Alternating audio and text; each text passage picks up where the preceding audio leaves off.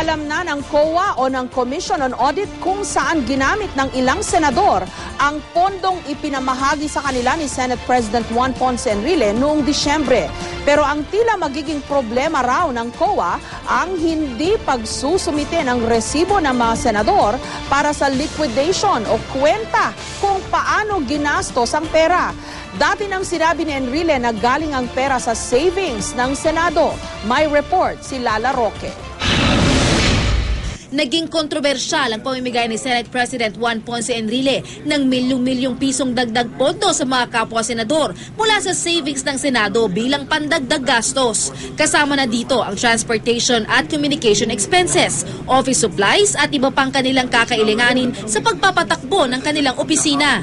Sabi ni Enrile, bahala na raw ang kada senador paano gagastusin ito. Tutal, dadaan naman daw ito sa Commission on Audit kung sa tama napunta ang pera.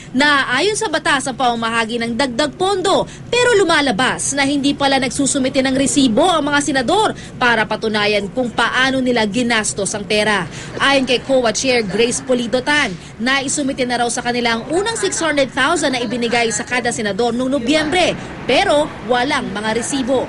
Ang problema nga lang, ito yung sinasabi ko, ikukwenta lang nila, ililista nila, pero walang mga resibo yon. So halimbawa, yung 600,000, sasabihin nila, I am certified na itong 600,000 ay ginastos sa mga ganitong items, no? Ililista nila dyan. Sabi ni Tana, ibinigay lang ng mga senador certification kung paano ginastos ang pera. Sa kanila mismo galing, it is a resolution of the Senate. And a resolution of the Senate is the force and effect of law. Ang sinasabi nila na ang kanilang prevailing system of certification, parang sa kanila sapat na yon para tinatanggap na nila yon.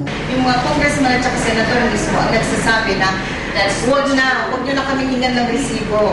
Giit ng Commission on Audit, sumusunod lamang sila sa batas at ibinabase ang kanilang pag-audit sa isinusumiting certification ng mga mambabatas. Kaya ang mga taong may alam daw umano ng anomalya, mabuting makipagtulungan sa kanilang ahensya.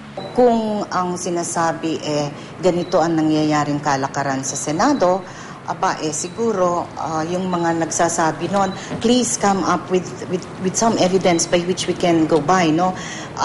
Lead lang, ibigay nyo lang sa amin. Kakayanin na naming ipursige yan, no? But until someone really comes out with hard facts, okay, what can we do?